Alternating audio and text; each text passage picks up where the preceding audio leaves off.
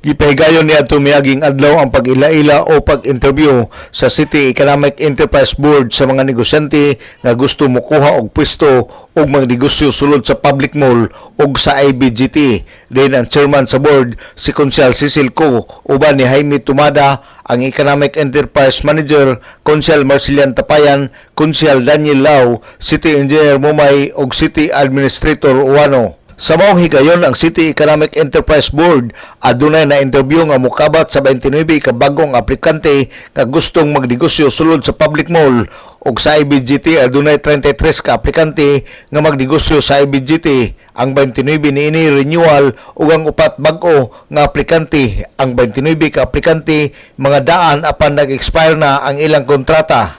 Gipaklaro ni Konsyal Co kung unsa ang ilang inegosyo sa IBGT tungod kay iyang nakita nga nagsagol ang karinderya og sari-sari store.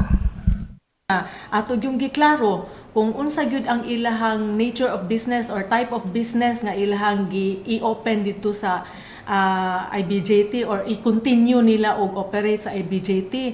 So daghan ang karinderya, mas daghan ang sari-sari store kaysa karinderya. Pero kaning mga sari-sari store, ang uban ani mix na maligya pud sila og food, na maligya pud sila og kanang mga pagkaon nga mura-mura pud sila og karinderya style. Si Konsyal Cecil Co sa sangguniang panglungsod, posible nga karong sunod semana i-award na ang mga stores ngadto kanila uban sa signing of contract. Alang sa DXDD Radio Kampana ang radyo sa simbahan, W45 Dudong Bargamento, muduyog sa ika-75 nga jubileo sa simbahan sa Archdiocese sa Osamis Danag, Sanakbayan.